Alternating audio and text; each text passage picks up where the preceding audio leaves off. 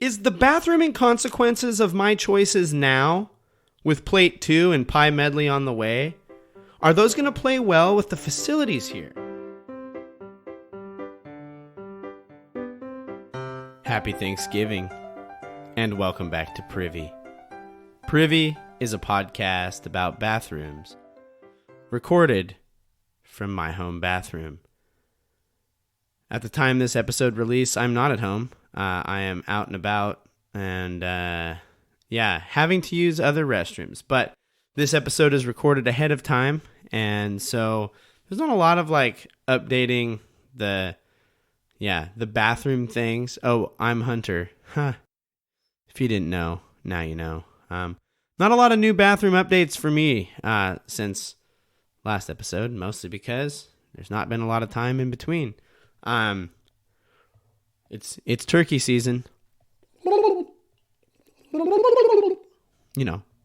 Turkey season. It's time to get up on one of them gobblers. Happy Thanksgiving.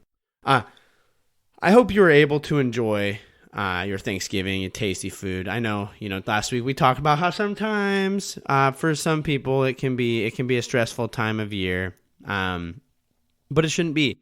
I would encourage you to find the things that make it enjoyable. Make your traditions yours. And, don't forget to enjoy some of that bird. It's good stuff. Be thankful. Take time to be thankful. When you're thankful, it helps you. And in recognition of Thanksgiving right up here in the front, I need to say a couple things. We need to discuss some food things. Because...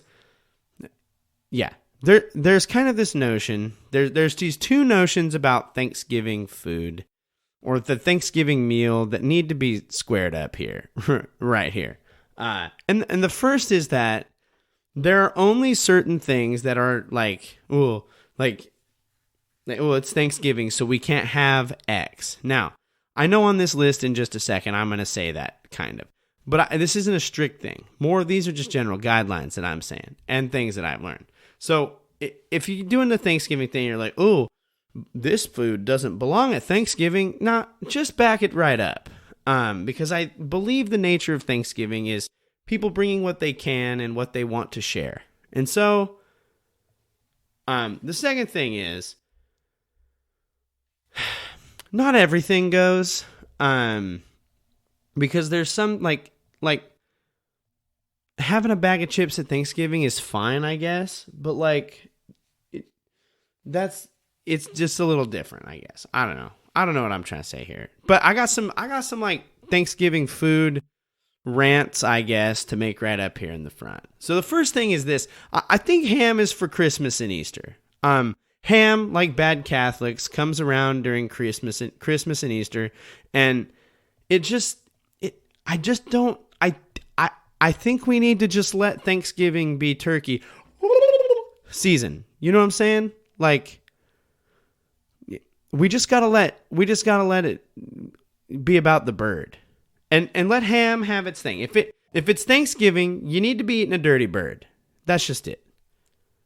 Second, if the potatoes aren't mashed, you didn't have Thanksgiving. Now, it's okay to have other potato offerings. You can have scalloped. You can have fried. You can have baked. You can have russets. You can have... I don't know what else... those are all the potatoes that I know. That's all the potatoes that exist. Oh, we used to make potato cakes growing up. This was a Thanksgiving tradition in my family. We would all gather at my grandfather's house the weeks before Thanksgiving and make just a trainload of what we called potato cakes. Now, they're lefse, that's the idea, but it's these potato, almost tortilla pancake things. Ooh, you slap a little butter on it. Ooh, you just roll it up. Ooh, it's so good. Potato pancakes, potato cakes, lefse, whatever. But if you're at Thanksgiving, you gotta have mashed potatoes, dang it.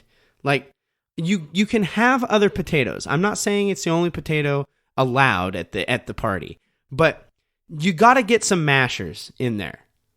Next, number 3, Thanksgiving food gripe number 3. Green bean casserole is not better than plain green beans. I'm saying it. If you slap down a bucket of just regular old green beans, canned, frozen, fresh, or otherwise, it is every time just a better experience for me than green bean casserole. The sum is not greater than the parts in this case. I don't think that's how that saying goes. But we're moving straight on here. Number 4, for that matter, regular plain vanilla corn on the cob or just in a bowl. It's just better than creamed corn. Like, creamed corn sounds like something that should probably be illegal, frankly. Like, if you're creaming your corn...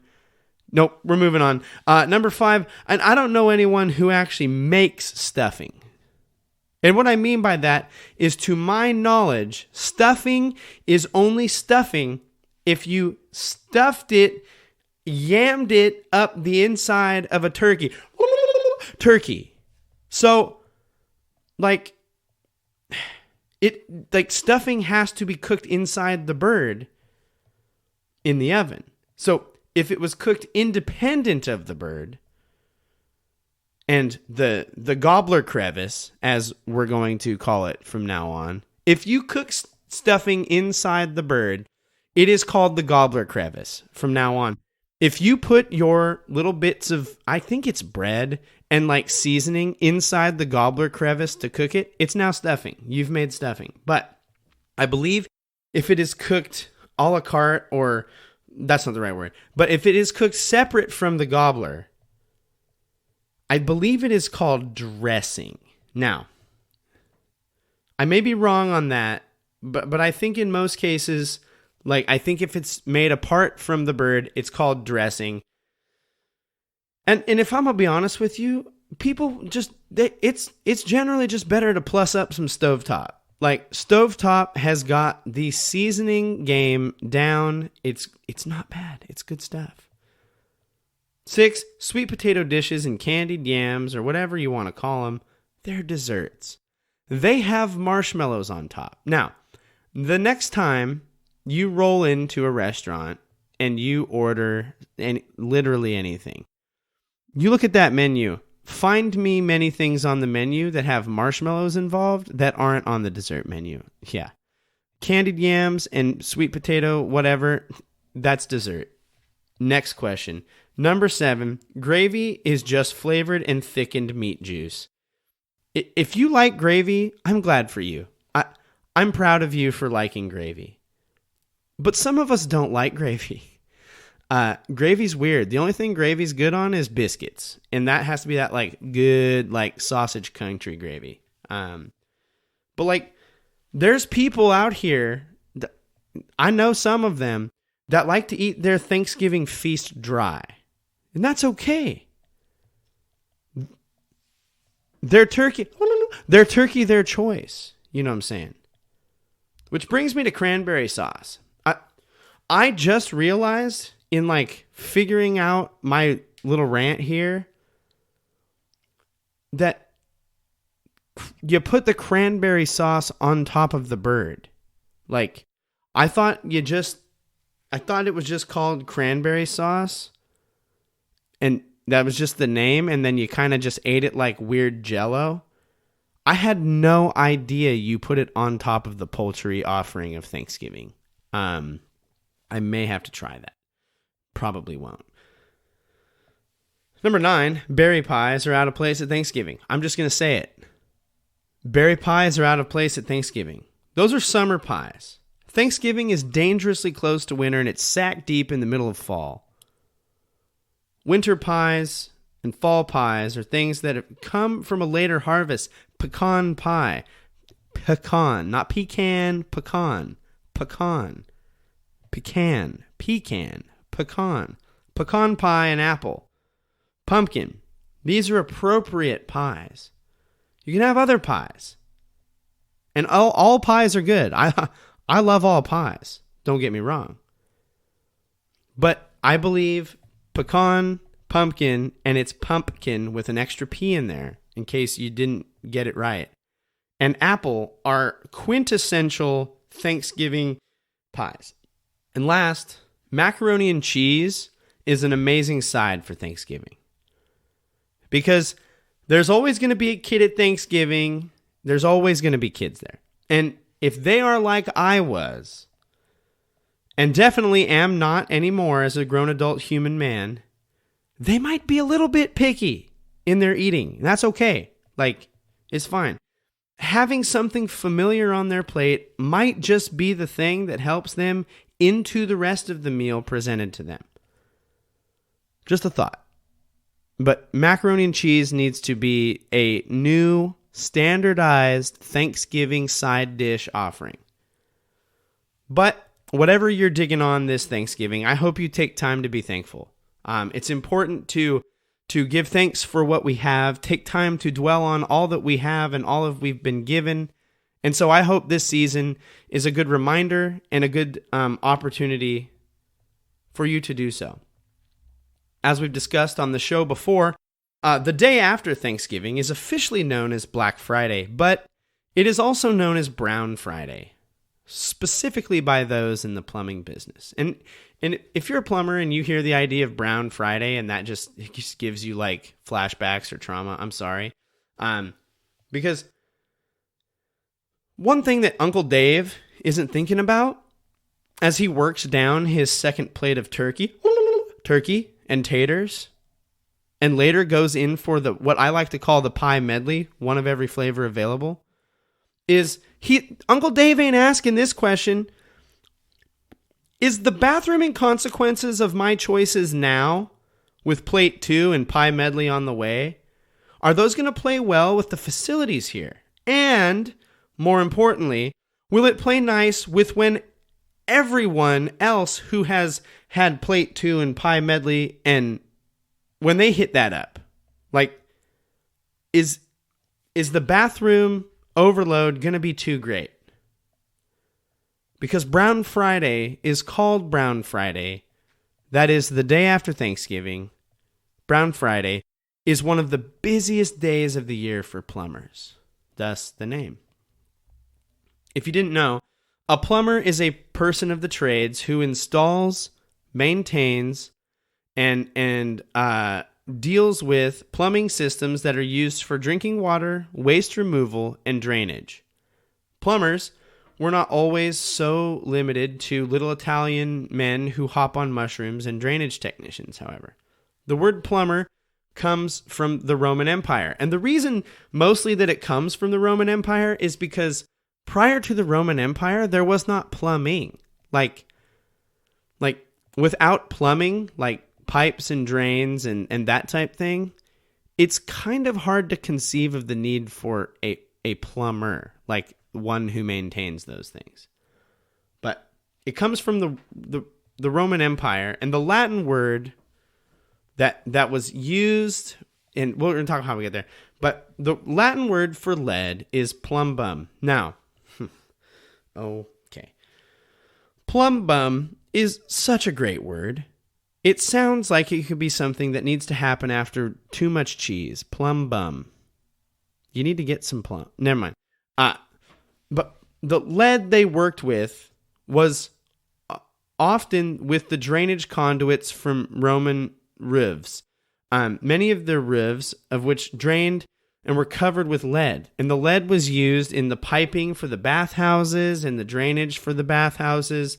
And so the people who worked on these lead fixtures were called plumbers. Now, you were a plumber even if you were on the roof fixing a lead roof. You would be called a plumber because you are working with lead. So back in the Roman Empire and on into the medieval period, the idea of plumber was like saying a metal worker. Like a plumber was a person who worked with lead in any way. They would have been known originally as a plumbarius. As things transitioned away from using lead in the piping and in the drainage because, well, you know, it's toxic, which maybe has a lot to ask about what those pipes Mario's hopping up and down are made of. I'm just saying, like, he's picturing a lot of weird things. So Anyway, but even with lead being taken out of the fixtures, plumbers still have a terrible amount of hazards. And so as it moves away from plumber being somebody who works with lead, the plumber now is one who plumbs or removes the blockages and fix the drainages of. They plumb it. And so plumber has stuck around as the title for the person who makes the drainage go well. But there's so many like hazards, but even like, yeah, especially with Brown Friday, like you imagine that those are much worse. But like the hazards that a plumber runs into, they can be liable to electric shock. You wouldn't think that there'd be a lot of opportunity for electric shock, but when you're working with things that involve water, I imagine that, yeah, electric shock. Cuts, contusions, burns, and scalds.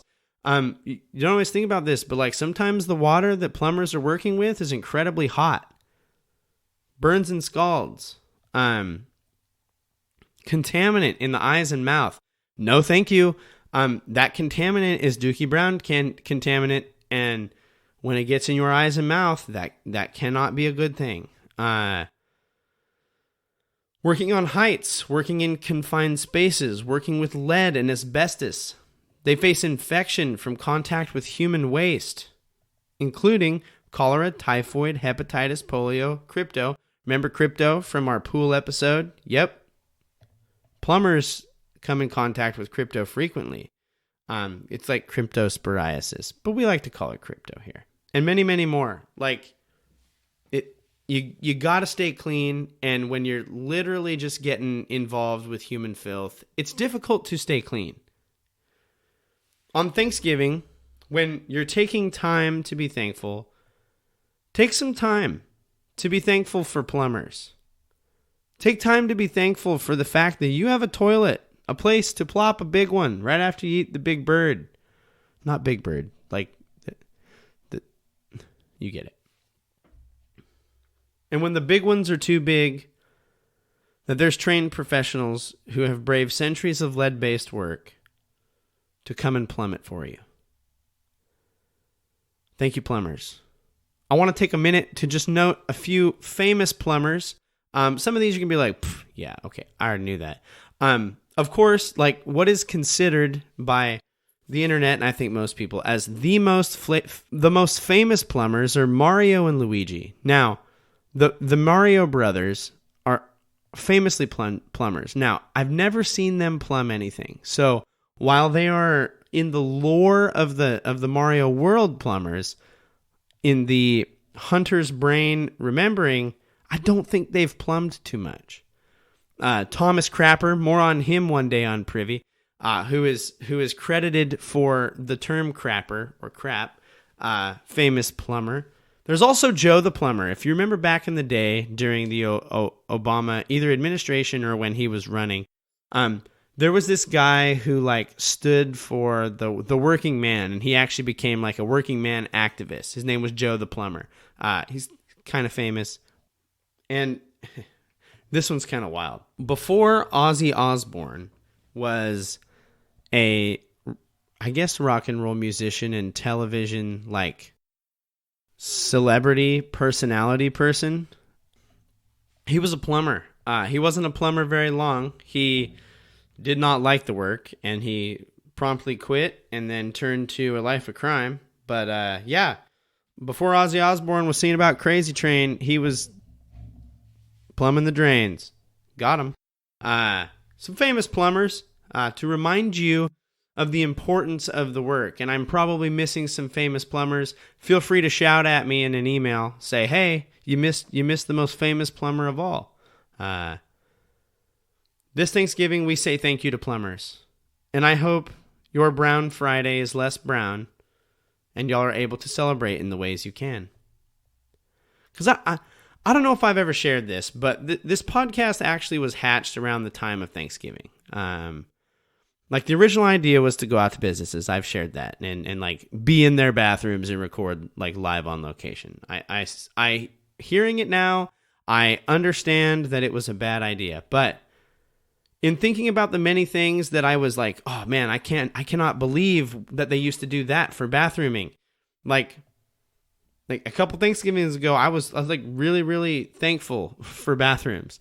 And, I wasn't going to like, oh, what are you thankful for? Oh, I'm thankful that I have a place to take a deuce and that it's convenient. But like, I super am. I'm very thankful for toilets. And here's why. This is Hunter's Anecdotes to keep you afloat.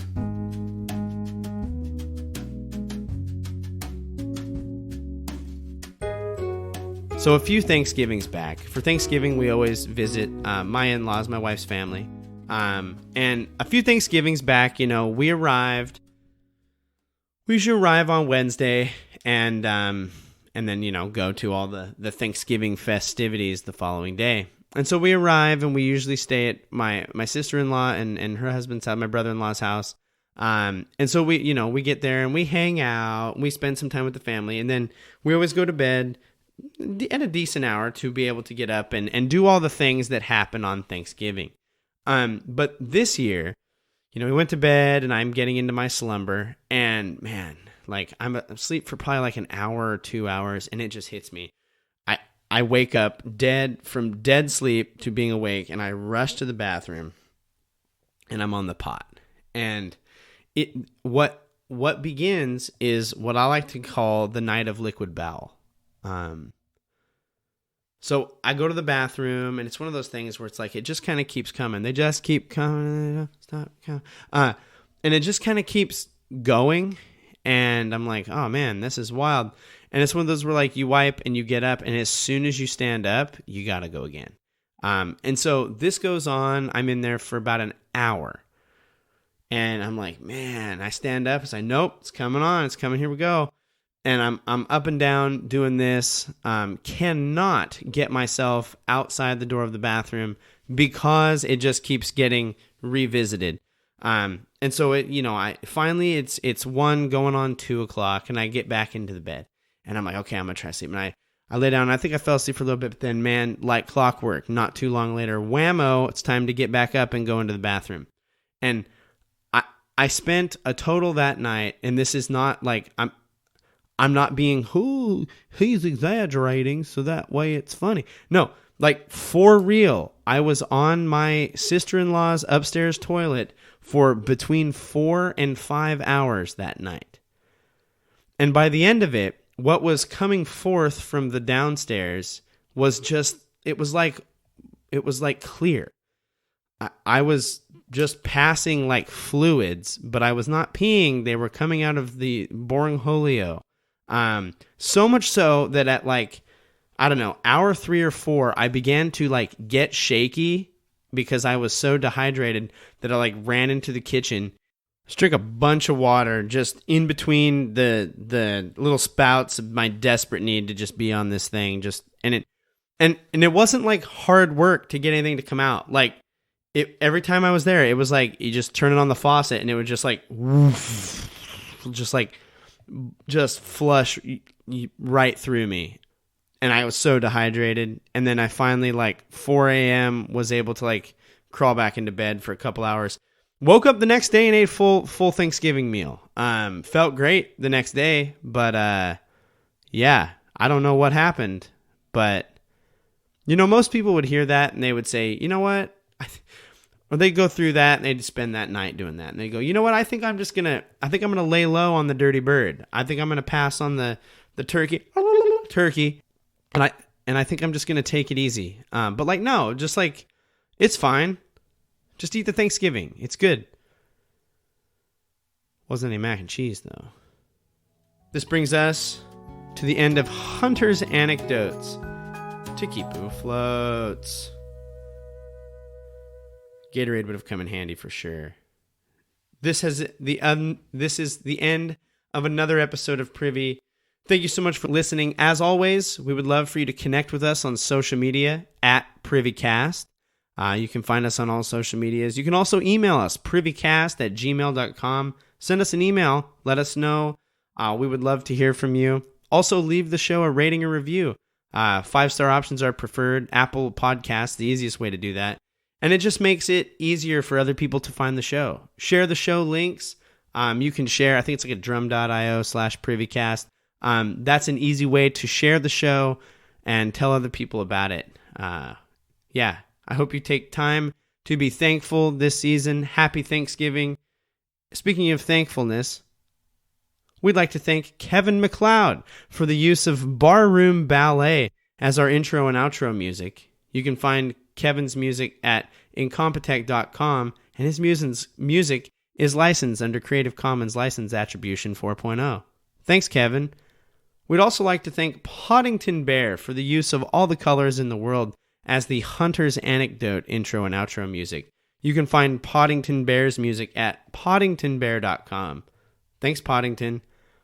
This has been another episode of Privy. Thank you so much for joining us. And now, as always, and in thankfulness to our plumbers, don't forget to flush.